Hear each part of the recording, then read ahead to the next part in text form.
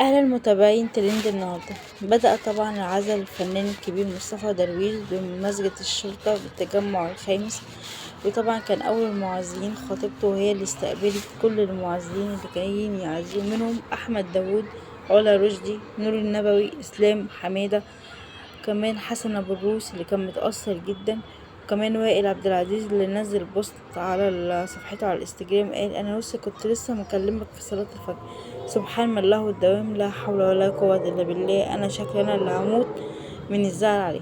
طبعا وفاة مصطفى درويش كان صدمة للجميع لم يتوقعها احد، بس ده ما يغلاش عن اللي خلقه، مفيش حد كبير عن الموت، ربنا يرحمه ويصبر اهله.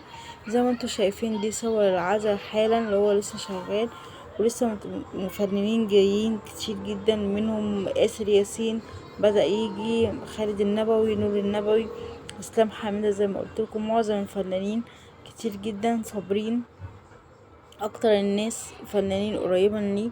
طبعا ربنا يرحمه ويغفره.